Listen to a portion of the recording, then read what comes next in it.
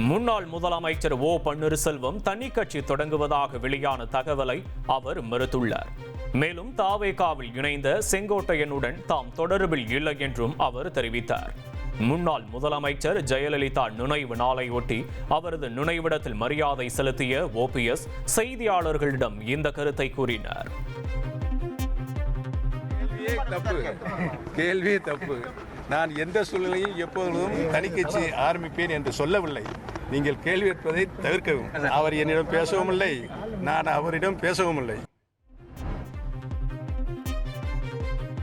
முன்னாள் முதல்வர் ஜெயலலிதாவின் 9வது ஆண்டு நினைவு தினத்தையொட்டி நீலகிரி மாவட்டம் கொடநாடு எஸ்டேட்டில் பணிபுரியும் தொழிலாளர்கள் அஞ்சலி செலுத்தினர்.